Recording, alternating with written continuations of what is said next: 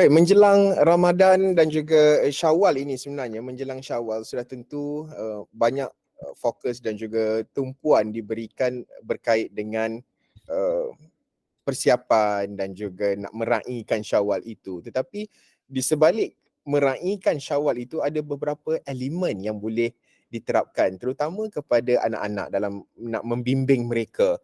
Kerana kalau kita bercakap soal anak-anak ini, mereka sebenarnya yang paling gembira apabila nak meraihkan Syawal ini. Dan sudah tentu nak meraihkan Syawal ini banyak elemen-elemen penting yang perlu kita telitikan. Termasuklah dari segi pengurusan kewangan, dari segi nak mendidik mereka. Dan pada masa sama dalam era teknologi ini, gadget juga menjadi peneman kepada anak-anak ketika Aidilfitri. Sihat ke aktiviti ataupun perkara sebegitu. Jadi sudah tentu untuk kita mengulas dengan lebih lanjut dan juga bercerita panjang berkait isu ini bersama dengan saya menerusi Google Meet ketika ini, Dr. Azmawati Muhammad Noor yang merupakan Timbalan Dekan Fakulti Pendidikan Universiti Malaya serta anggota Lembaga Kaunselor Malaysia. Dr. terima kasih sudi bersama dengan Astro Awani untuk waktu ini. Pertama sekali, kalau kita bercakap soal gadget dan juga Aidilfitri, tapi dalam konteks kehidupan harian juga seolah-olah gadget itu tidak boleh lari daripada anak-anak kecil zaman sekarang ini. Mungkin doktor boleh gambarkan dari segi tahap keseriusan penggunaan gadget dalam kalangan kanak-kanak di negara ini, doktor. Okey, Assalamualaikum kepada Ashraf dan juga semua para penonton ya. Saya tertarik dengan topik kita ya pada hari ini kerana bila kita bercerita tentang hari raya, gadget dan hari raya itu dia dah macam sinonim sangat ya Ashraf. So pertama sekali izinkan saya nak terangkan apa maksud generasi gadget tu ya. Kemajuan teknologi gadget yang dipasang dengan pelbagai aplikasi permainan dan juga hiburan yang sebenarnya boleh menarik minat anak-anak kita ni terus berkembang dari sehari ke sehari. Kita lihat kanak-kanak seawal dari usia 2 tahun dah pun mula didedahkan dengan penggunaan gadget terutamanya telefon pintar dan tablet. Perkara ini memang Ashraf kita tak dapat nak elakkan ya. Kanak-kanak ini kita juga kenali sebagai generasi Z yang dilahirkan dalam dunia serba canggih. Bangun-bangun celik dah dengan teknologi digital dan juga mereka ini boleh disifatkan sebagai digital natives. Bila kata sebut tentang generasi Z ni lebih celik akal, mereka ni meneroka pelbagai aplikasi baru. Seolah-olah ini dah menjadi sebahagian daripada kehidupan mereka dan keperluan asasi. Kalau kita tahu keperluan asasi makanan, minuman, tapi sekarang gadget tu juga merupakan salah satu keperluan yang dilihat sangat penting oleh anak-anak kita ni ya. Dan sebenarnya gadget telah digunakan oleh ibu bapa sebagai satu medium untuk mengawal sebenarnya anak-anak ni dalam berkelakuan baik. Terutama kalau kita lihat di kedai-kedai makan Ashraf. Kita nampak ibu ayah suapkan anak-anak ni dengan bukan makanan tapi hulurkan gadget supaya mereka ni boleh kontrol. Apa yang saya nak kongsikan, soalan yang sangat baik tadi, keseriusan penggunaan gadget ni dalam kalangan kanak-kanak membimbangkan. Kerana ada laporan daripada Suruhanjaya Komunikasi dan Multimedia Malaysia SKMM mendapati 83.2% pengguna internet merupakan kanak-kanak. Kanak-kanak definisi di Malaysia ini adalah berumur di antara dilahirkan sehingga 18 tahun. Tetapi laporan menyatakan 5 hingga 17 tahun. Tak maaf 5 hingga 17 tahun 83.2%. Sebagai contoh 93% pengguna internet kanak-kanak yang menggunakan telefon pintar untuk akses WhatsApp, Telegram dan mana-mana yang mempunyai elemen komunikasi. 75% pula kita lihat kesan dia. Bila dah bermain dengan gadget ni tak cukup tidur. Tak cukup nak fokus dalam aktiviti harian dan ini sebenarnya membimbangkan kerana dia boleh menjejaskan perkembangan mereka akibat kesan penggunaan gadget tu tadi. Selain daripada itu juga Ashraf, kita mempunyai satu lagi dapatan daripada pakar dalam pendidikan kanak-kanak yang menyatakan bahawa 60% ibu ayah yang mempunyai anak berumur 12 tahun juga sibuk dengan gadget. Ibu ayah ni sendiri juga sibuk dengan gadget. Ya. Untuk menghuraikan lagi, 30% daripada mereka ni menggunakan gadget secara serentak. Anak guna, ibu ayah guna dan anak-anak ini terutamanya mereka tak tahu kesan implikasi jangka panjang penggunaan gadget terlalu banyak. Dan saya pasti ada juga ibu ayah yang mungkin tidak peka atau cakna tentang penggunaan gadget. Difikirkan bahawa untuk hentikan anak ini daripada menangis, tantrum, tetapi sebenarnya dia tidak membantu.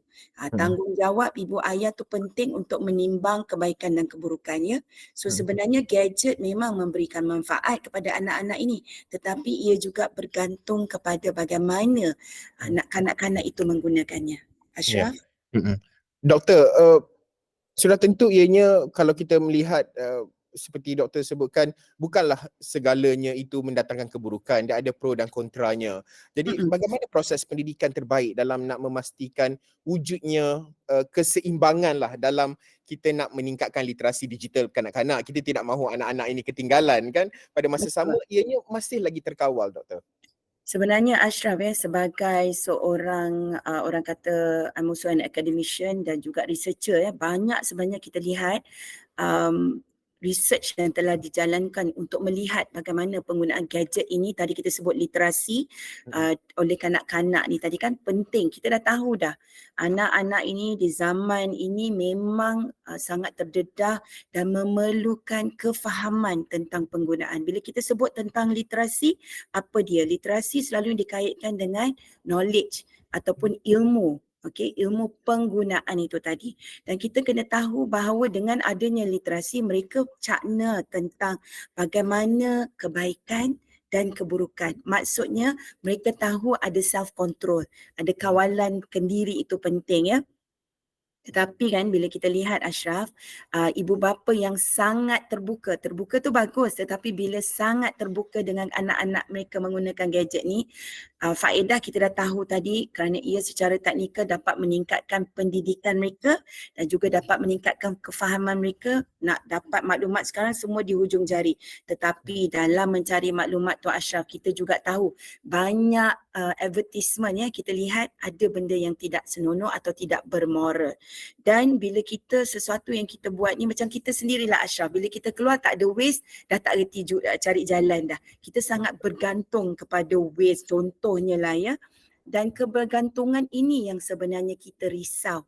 Kerana sama juga dengan gadget, ia juga boleh menimbulkan isu apabila perkembangan pesat teknologi ini tidak terkawal, di mana bila mereka menggunakan terlalu banyak, mungkin di sini macam saya kata tadi ada perkara yang tidak bermoral. Kita dah dengar dah pasal fenomena dark side. Saya juga banyak menulis tentang fenomena dark side di mana anak-anak kita boleh di cyberbully ataupun di groom untuk ke arah yang tidak baik.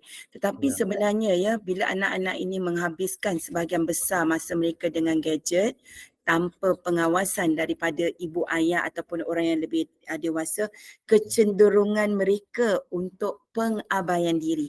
Ialah bila dah shock duduk dekat depan komputer tu Ashraf, mereka dah lupa dah bagaimana hendak stop because dia berjangkit. Lepas tu pergi sini pula lah. Contoh kalau kita kata nak cari bahan tapi kita tertekan pula aplikasi FB atau Insta kan anak-anak kita ni. Ini sebenarnya yang boleh memberikan isu atau masalah kepada kesihatan diri, kepada penglihatan. Okey, ini juga sangat penting. Kita lihat Ashraf terutamanya sewaktu COVID-19, penggunaan gadget dalam kanak-kanak ini sangat meningkat, tengok YouTube, belajar. Tetapi kan sewaktu COVID, sewaktu kuarantin atau lockdown kita ada banyak MCO berkali-kali kan. Banyak kajian yang ditunjukkan anak-anak seawal 1 tahun dihulurkan gadget, diberikan gadget kerana ibu ayah terpaksa multitask waktu itu dengan kerja, dengan nak masak. Dan sebenarnya kita dapat lihat mengatakan kajian di Malaysia, anak-anak di Malaysia menghabiskan masa 19 jam seminggu dengan gadget. Ini tidak normal. Dan saya nak juga share dengan di Korea, kebanyakan mereka menggunakan gadget juga, sama juga seperti kita, kerana mereka ada ciri-ciri yang nak pergi mana kena ada gadget. Nak guna apa-apa sekarang gadget, nak bayar pun dengan gadget. Sebenarnya ini secara tidak langsung Ashraf, kebaikan literasi itu memang ada, keburukan itu ada. Jadi anak-anak kita ini perlu didedahkan tentang literasi, tentang bagaimana nak menggunakan gadget dan kena ada self control itu tadi. Doktor, dalam kajian Computers in Human Behaviour, dapatannya mendapati bahawa kalau bermain game ini, permainan lebih 3 jam sehari, maksudnya 3 jam dalam satu sesi, bukan sehari, 3 jam Ya. dalam secara direct 3 jam bermain game ini akan menimbulkan masalah dari segi fizikal, dari segi sakit pergelangan tangan, fatigue, penat mata dan juga banyak, dan isu ini sebenarnya dia across gender. Maksudnya bukan sahaja dalam kalangan kanak-kanak, tetapi malah orang dewasa juga akan mengalami situasi dan juga permasalahan yang sama. Bagaimana pentingnya ibu bapa ini menguruskan screen time anak-anak itu, kerana screen time ini, nak control screen time ini penting juga. Mungkin ada sebelum ini saya ada dengar ada yang mengatakan bahawa okey, anak saya tak boleh guna handphone di dalam bilik, di tandas dan juga di ruang makan. Hanya boleh di ruang tamu, apabila ada dengan saya baru dia boleh main game. Contoh, baru boleh diguna gadget. Mungkin doktor sebagai kaunselor juga melihat kepada perkara ini, apa bentuk konsep yang boleh diterapkan itu, doktor? Saya suka mendengar bila ibu ayah tadi ambil inisiatif untuk ada kontrol kepada anak-anak ini, kerana kita tahu tanda-tanda dan gejala ketagihan gadget ni sangat meluas. Saya suka juga bila Ashraf sebut tentang mata, tangan juga memberikan kesan. Sebenarnya Ashraf, bila mereka terlalu bergantung dan mula wujud ketagihan kerana berulang-ulang lebih dari 3 jam tadi tempoh semakin meningkat, dia tak perasan tahu dia addiction ni, dia akan ataupun penggunaan gadget yang tidak terkawal, tidak semestinya addiction tadi, dia akan semakin meningkat dan akan menyebabkan tadi ketagihan. Anak-anak ini juga semakin pasif, anak-anak ini juga semakin mungkin boleh menjadi seorang yang agresif atau ganas kita kata tadi. Now, bila you sebut tentang ibu ayah, ada ke cara kalau tak boleh di dining table sebenarnya kan, saya pernah tengok juga dekat YouTube, dekat FB yang ada ibu ayah yang collect, ada basket, collect semua phone letak dalam tu. I think that's a good start, because just macam seperti mana kehidupan ini kan, kita sebenarnya the key atau the main ingredient dia ialah kena balance. Macam mana kita nak balance, sebenarnya kita perlu adakan clear boundaries. Boundary itu atau sempadan itu memang sangat penting. Setiap rumah itu mempunyai, orang kata mempunyai disiplin, cara mendisiplinkan anak-anak mereka yang berbeza ataupun rules and regulation dia. Sekiranya kalau dikatakan di tempat makan tak boleh, so why not? So supaya mereka dapat berbual, kerana itu yang kita dah ketandusan sebenarnya. Kalau kita duduk sekali kan, kita tengok, kalau even kita keluar pun Ashraf, kita lihat semua orang main gadget, dah tak ada dah komunikasi tu. I think set clear boundaries itu penting kerana establish atau kita mengawal screen time tadi, limitasi dia.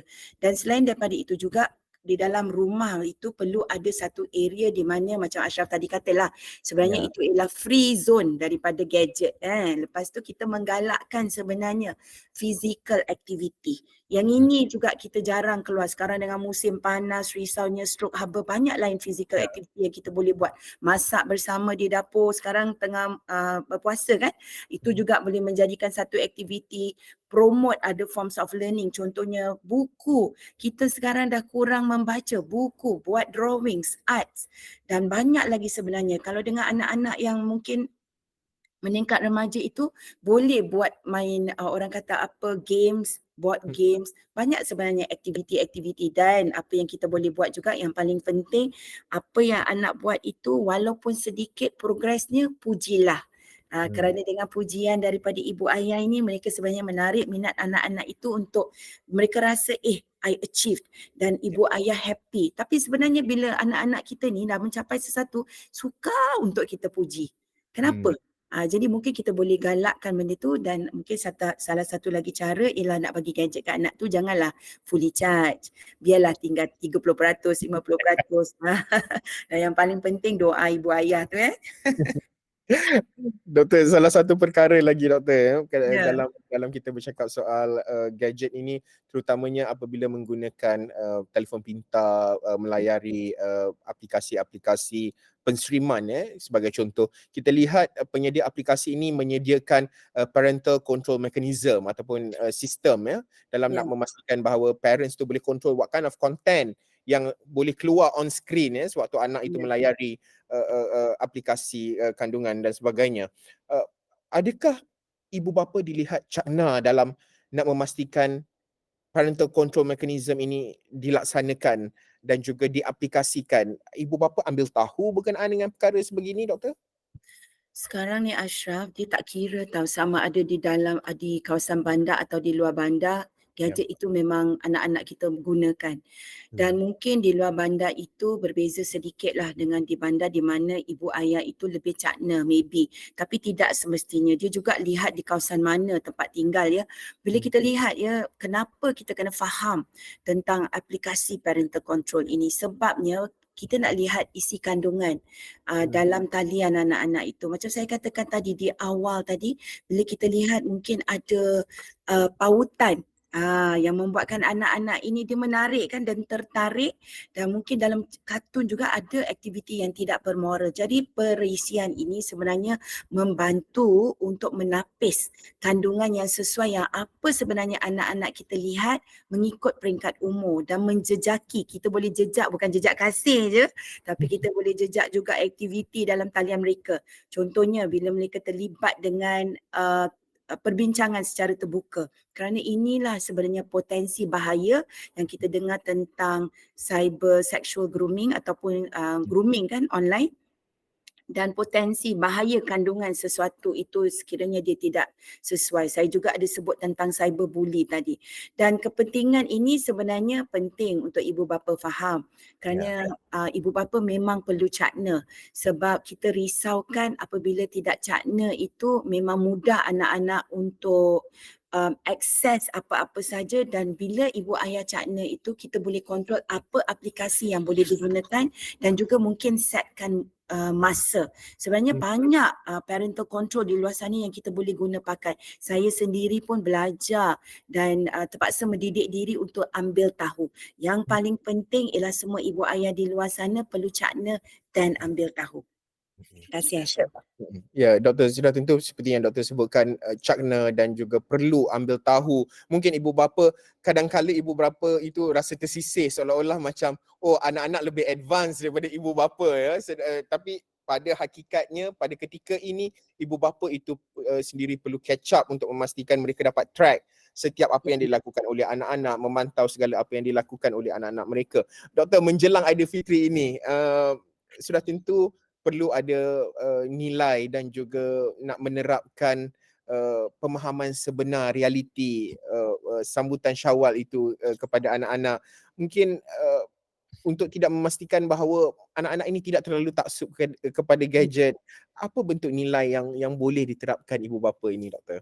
Sebenarnya saya suka sangat dengan soalan ni sebab setiap tahun memang akan ada Aidilfitri gadget. Banyak kita lihat di surat khabar, media masa, dan kita nak elakkan daripada taksub kepada gadget ini sebab kita tahu generasi ini kalau nak balik kampung Ashraf, soalan pertama, kampung tu mama, ayah, daddy, mami, umi, apa-apa saja panggilan, ada tak apa dia? Internet. Wifi Boleh internet. tak bagi wifi, password dekat mereka, ada wifi tak? Jadi mereka ini memilih untuk sebenarnya berasa seronok itu apabila wujud internet, wifi, kerana mereka memilih untuk melayani gadget daripada berkunjung ke rumah saudara mara masing-masing. Sekarang ni suka untuk kita lihat kunjung-mengunjung itu ya, kalaupun ada memang itu memang sepatutnya dipraktiskan, dan saya sokong sekiranya itu kita adakan kerana ini adalah bulan bagi menyambut sebulan kita berpuasa di mana kita meraihkan kemenangan. Yang apa kita risaukan apabila parah terjadinya wujudnya parah di situ, apabila pertemuan ziarah itu dia jadi kaku. Dia macam ni tau. Assalamualaikum, hai, salam, salam, salam, duduk. Sambil makan kuih tart ke makan kuih raya tu dia duduk, dia jadi kaku dan senyap. Kerana masing-masing dah mula scroll. Dah mula scroll dan sibuk dengan gadget-gadget mereka di tangan dan bertemu pada jasadnya tetapi pada hakikatnya tidak. So sebenarnya apa yang kita perlu sarankan? Hari raya ini ialah untuk kita berjumpa dengan semua sanak saudara. Jadi kita kena ambil dan rebut peluang ini untuk berziarah. Dan perkara ini ia perlu ditangani ya, ibu ayah perlu tangani segera sebelum ia membara. Kenapa? Kerana kita lihat bahawa anak-anak ni tak apalah nak duduk rumah nenek ngatuk. Ayah mak pergilah raya. Saya nak duduk je dekat sini. Seharusnya musim perayaan ini dijadikan satu platform untuk rapatkan lagi hubungan silaturahim, ukhuwah sesama keluarga, rakan dan bukan lagi mengasingkan diri yang kita risaukan boleh menyebabkan terlahirnya, terzahirnya sifat antisosial. Dan selain di situ juga ya, anak-anak ini kan kita seronok kan anak-anak ini selain dapat duit raya tetapi sebenarnya kita buatlah games sewaktu hari raya tu kan. Kan ada sekarang macam-macam konten di TikTok ke macam-macam yang kita lihat bagaimana keluarga tu berkumpul dan mereka bersama-sama tangkap gambar dan buat game sesama mereka. Dan sebenarnya banyak hikmah ya yang kita perlu juga terapkan nilai-nilai tentang kenapa perlu wujudnya ziarah menziarahi. Sebab ada banyak hikmah, ada banyak kelebihan yang sangat bermakna terutamanya bagi kita, tak kiralah umat Islam ke, sebab kita pelbagai kaum, terutama sekali dalam berhubung dan merapatkan lagi ikatan kasih sayang tu. Kasih sayang itulah nilai yang perlu kita tarik dan cari semula dan kita sebenarnya berusaha untuk memperbaiki dan perlu ada mempertingkatkan tautan silaturahim tadi. Dan apa yang kita perlu buat sebenarnya Ashraf? Yang apa kita perlu buat ialah ketepikan gadget. Memang susah nak ketepikan gadget tapi ibu ayah daripada sekarang ini perlu ambil inisiatif untuk maklumkan kepada anak-anak. Berilah mereka sedikit motivasi. Ajaklah mereka nak bertanya khabar. Ceritakanlah tentang zaman dahulu kecil-kecil kat kampung tu macam mana. Dulu kita main kelapa kan. Duduk atas kelapa serik, daun pelepah tu. Guna tempurung kelapa buat tali. Guna macam kasut. So ajak mereka. Ya, dan sebenarnya tidak dinafikan juga ya, memang gadget itu membantu tetapi kita hendak sebenarnya mereka luangkan masa untuk mengenali. Sebab apa yang kita risaukan Ashraf? Bila mereka bertemu di tepi jalan berselisih, mereka tak tahu pun itu saudara mereka. Ya, sampai satu tahap sesama sepupu pun mungkin tak kenal sepupu sesama sendiri. Apabila Syawal sahaja nak jumpa, seperti doktor sebutkan, mungkin jasadnya sahaja bertemu tetapi pada hakikatnya tidak. Doktor ada sebut berkenaan dengan duit raya. Saya nak sentuh sedikit sebelum kita dalam berbaki dalam 6 minit lagi perbincangan kita ini, doktor. Antara konsep kalau doktor sebut duit raya tadi adalah bagi saya melihat bahawa proses pengurusan dan juga mendidik pengurusan keuangan itu adalah satu saat yang baik pada ketika Syawal. Dan juga kalau kita lihat sebagai contoh nak menabung, nak menguruskan duit raya dan juga nak beli apa duit raya itu, nak guna untuk apa dan sebagainya. Bagaimana doktor melihat pentingnya ibu bapa dalam mendidik anak-anak menjalani proses terutamanya dalam proses pengurusan keuangan, menerapkan ilmu-ilmu pendidikan sebegini, doktor? Sebenarnya Ashraf, seronok betul perbualan kita pada hari ini ya. Bukan sahaja pasal gadget tapi kita dah masuk isu duit raya ni. Isu duit raya ni memang seronok dan saya pasti semua ibu ayah nak melihat anak-anak mereka ini bijak dalam bertanggungjawab, cakna daripada segi kewangan. Kerana kita tahu anak-anak zaman sekarang ini kalau mereka ada sedikit kewangan mungkin mereka terpengaruh dengan rakan sebaya, berlumba-lumba untuk gadget apa lebih canggih. Lepas tu adalah banyaklah all the little things yang mereka nak beli untuk barang-barang mereka lah. Jadi sebenarnya sebagai ibu bapa yang prihatin dan faham tentang pengurusan, pentingnya pengurusan kewangan ini ya, kita perlu bersedia dua perkara. Pertama, kita perlu biarkan anak-anak kita praktikkan sendiri hal berkaitan kewangan seperti cara berbelanja. Dan berjimat cermat ini perlu dimulakan dari kecil. Orang kata pepatah kata melentur buluh biarlah dari rebungnya. Tersasul saya Ashraf.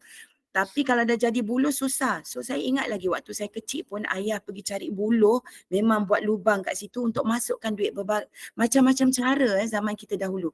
Sebenarnya dari kecil itu penting kerana kita nak didik mereka. Yang kedua tadi, kita perlu ikut kaedah yang betul, mengikut kesesuaian umur agar apa yang ingin kita ajari itu dapat disampaikan. Ini kerana anak-anak kita ini membesar dalam fasa yang berbeza. Sebagai contohnya fasa prasekolah.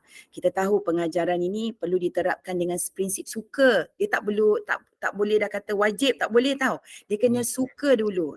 Contohnya kalau suka sesuatu tu tidak semestinya mempunyai atau kita dapat benda tu. Macam mana kita nak bagi mereka ni minat ialah buatlah bekas lut sinar sebagai tabung. Bila nampak duit tu masuk warna putih pula, warna biru, warna ungu, warna merah, warna coklat ataupun shilling ting ting ting ting, mereka excited. Dan sebenarnya kena ada motivasi setiap kali. Good job, berikan mereka motivasi itu. Dan seterusnya fasa sekolah rendah, cadangan aktiviti yang boleh dilakukan mungkin terangkan bagaimana kita nak pilih. Contoh kalau kita beli roti, kenapa kita memilih roti ini dan roti itu, dan biar mereka membayar tu kerana bila mereka faham tentang orang kata apa, pengurusan kewangan, macam mana proses jual beli itu, mereka tahu bagaimana nak lebih memilih apa yang sesuai untuk dibeli. Kadang-kadang kita juga pergi ke jenama yang sama tetapi kita pergi different shops untuk kita lihat perbandingan. Itu sebenarnya boleh dijadikan fasa sekolah rendah. Fasa sekolah menengah juga kita didik mereka tentang tanggungjawab. Sebenarnya kita didik dan kita tak boleh strict sangat di fasa ini. Maksudnya kalau mereka inginkan sesuatu tu, kita boleh izinkan mereka menggunakan duit itu tetapi dengan berhemah. Cadangan aktiviti sebenarnya yang boleh kita lakukan, kita bersyukur kerana dengan apa yang kita ada ni sebenarnya penting untuk mereka capai apa yang mereka inginkan, impian mereka apabila mereka dah lepas belajar nanti. So apa orang kata, sedikit-sedikit lama-lama jadi bukit tu sangat penting. Dan yang paling penting sekali ialah libatkanlah anak dengan bajet keluarga. Kita inform mereka kalau kita keluar, kalau boleh nak minum tu, nak minum float ke atau kita minum air putih. Selain daripada menjaga kesihatan contohnya ya, dia juga lebih baik untuk kita simpan duit itu untuk memberikan apa lagi yang kita boleh beli di masa hadapan. So mendidik anak-anak ini perlulah dengan perbelanjaan yang berhemah. Kita tak boleh terlampau strict tetapi kena didik dari seawal kecil tadi mengikut fasa-fasa yang bersesuaian. Dan setiap apa yang mereka lakukan tu ucapkanlah tahniah dan ibu bapa perlu ucapkan tahniah. Terima kasih.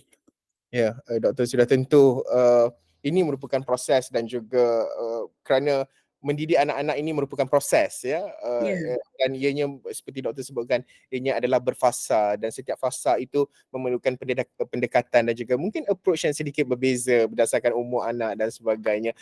Dr. Azmawati Muhammad Nur, Timbalan Dekan Fakulti Pendidikan Universiti Malaya dan juga yang juga anggota Lembaga Kaunselor Malaysia, terima kasih berkongsi pandangan doktor dan insya-Allah menjelang Aidilfitri ini saya ucapkan selamat Hari Raya Aidilfitri juga kepada doktor serta seluruh penonton Astro Awal ni. InsyaAllah kita akan terus bersiaran dari semasa ke semasa.